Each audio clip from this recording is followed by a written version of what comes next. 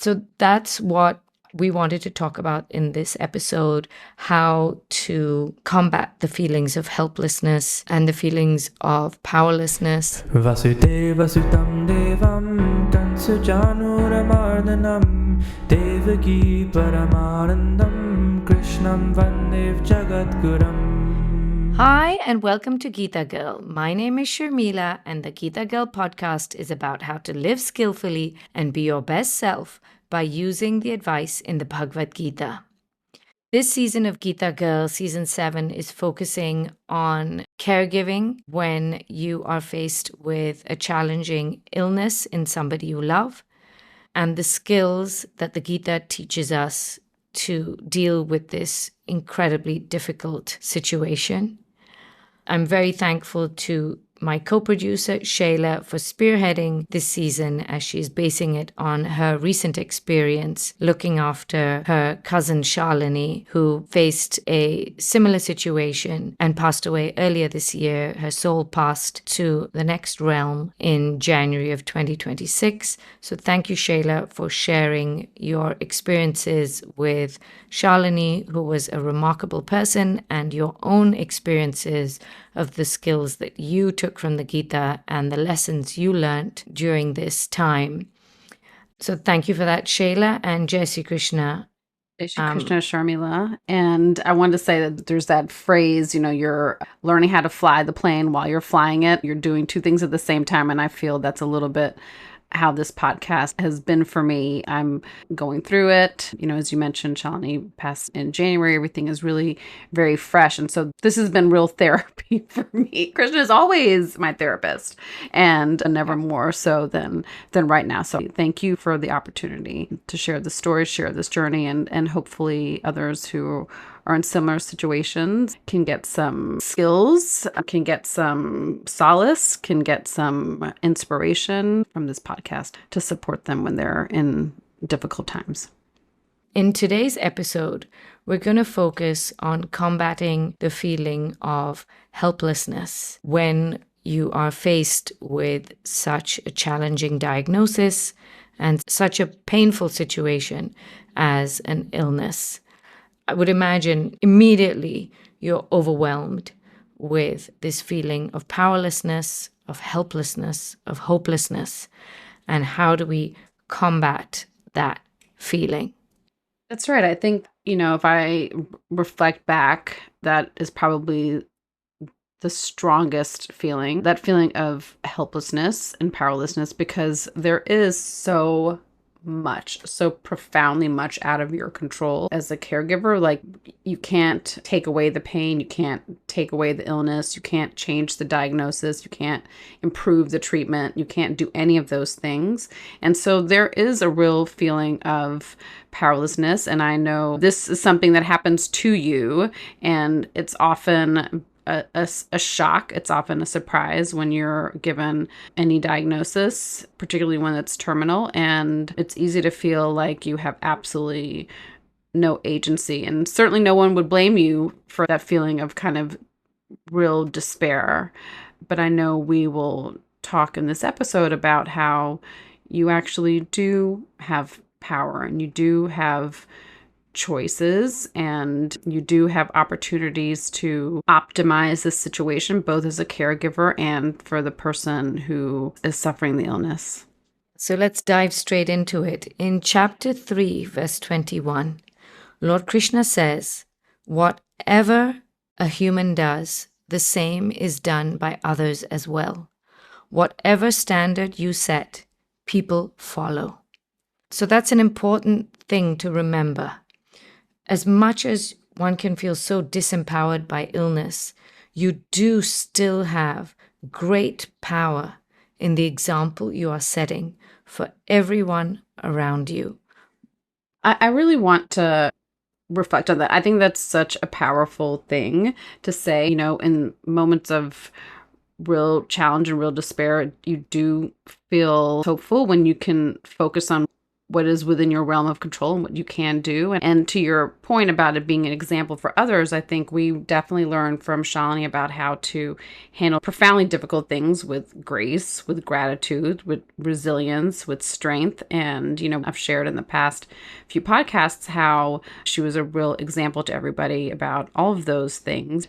And I think for us as caregivers, people often told us you're setting such an example for your kids. And while we didn't think about that at the time, we were, I guess, in some ways showing them how you show up for family and how you show up in difficult times and how you laugh together, how you cry together, how you share sorrow together, how you lift people up.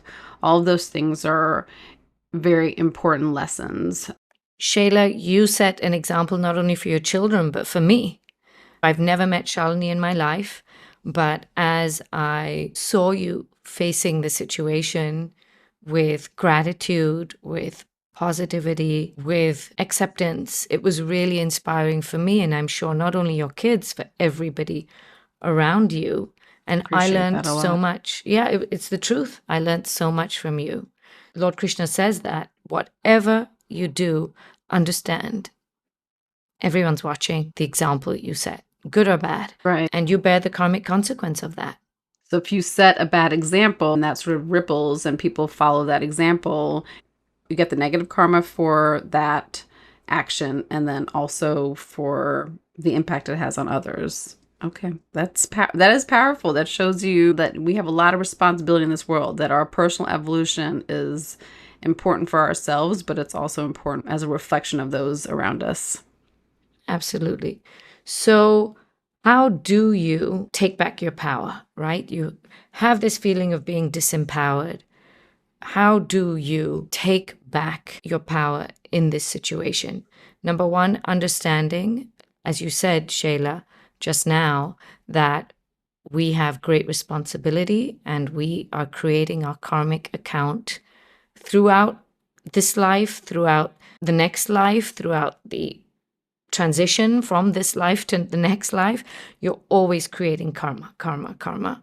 So understand that you have a choice in the thoughts that you think, you have a choice in the words that you speak, you have a choice in the actions that you take, and those choices are important. They really are. That's right. They're very important.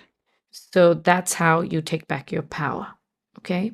The second way you take back your power is understanding that everything that's happening in your life is an opportunity to grow and evolve.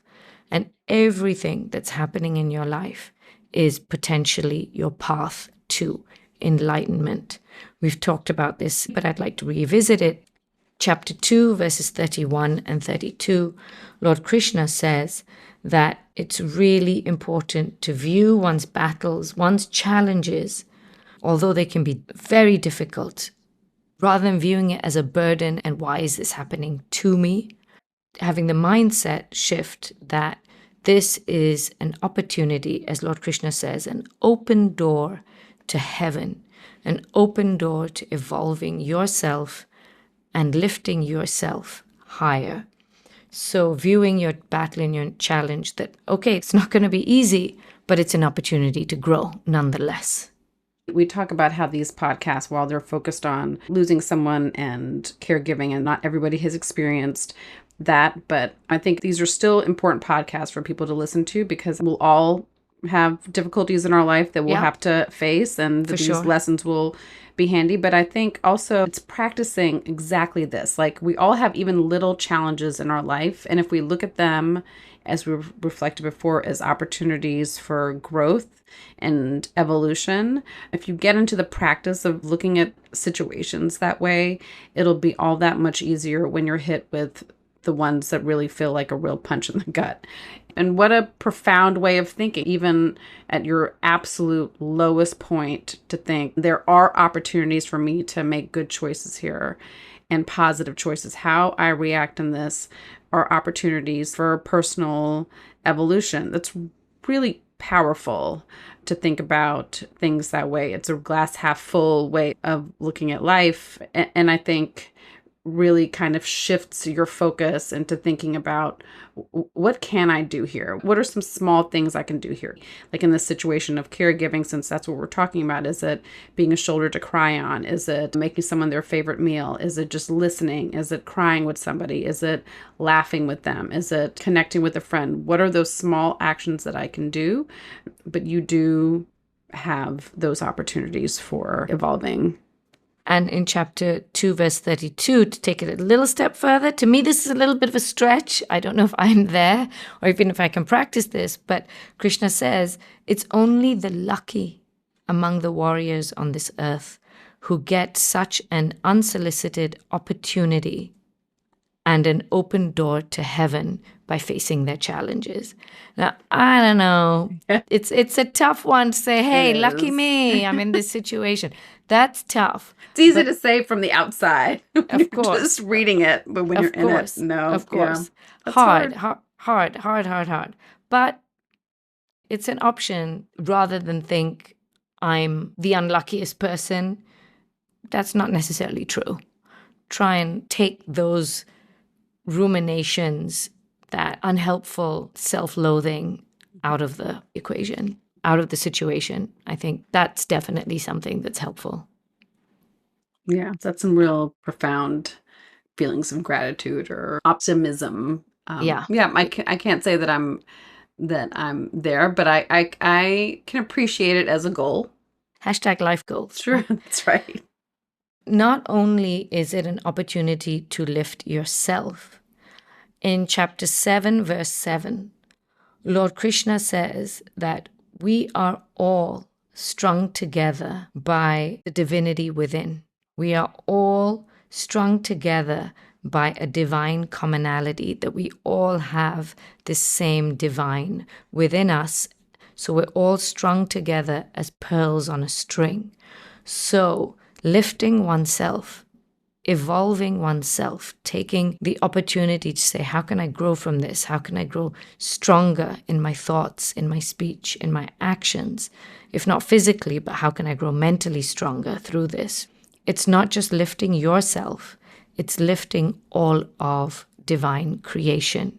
Because when you grow stronger mentally, you are lifting the whole of creation, because you are an integral part of creation. It's like if we're all strung together as pearls on a string, if you lift one pearl, everything else is going to be lifted with it. Does that make sense? It really does. And I think it's such actually a pretty analogy to think of yourself as a pearl on a necklace, and everybody else is too. And when you lift yourself up, everybody else is lifted up as well. And I think that's true. They're lifted up by your example, and then your example hopefully changes their behavior, and then people around them reflect that behavior as well. It's like throwing a little stone in a pond and seeing those ripples. You can have that same impact. In chapter 5, verse 19, this is just one of the many verses in the Gita that refer to this concept.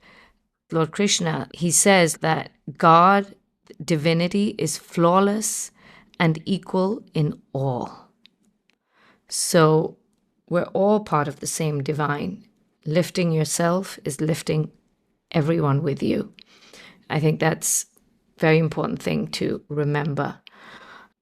The next skill I want to talk about of how to combat this feeling of helplessness, of powerlessness, is in chapter 4, verse 11.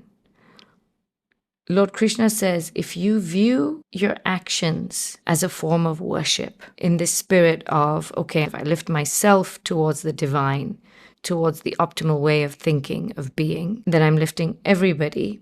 He says that is a form of worship. Lord Krishna says in chapter 4, verse 11, however any human approaches and worships me, I accept that form of worship, for all humans follow my path from all sides.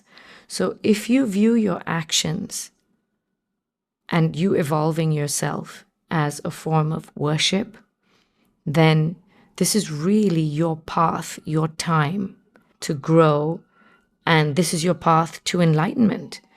That's what he's talking about, rather than viewing this as this is my path to destruction. And we're going to talk more about this in the next episodes of this season, that one's body can be moving towards decay, but your mind can still be moving towards enlightenment. Trying and separating those two is really important, that even though my body may be aging, may be decaying, my mind can be growing stronger. Really hard to do, but viewing this as your path to enlightenment. Does that make sense?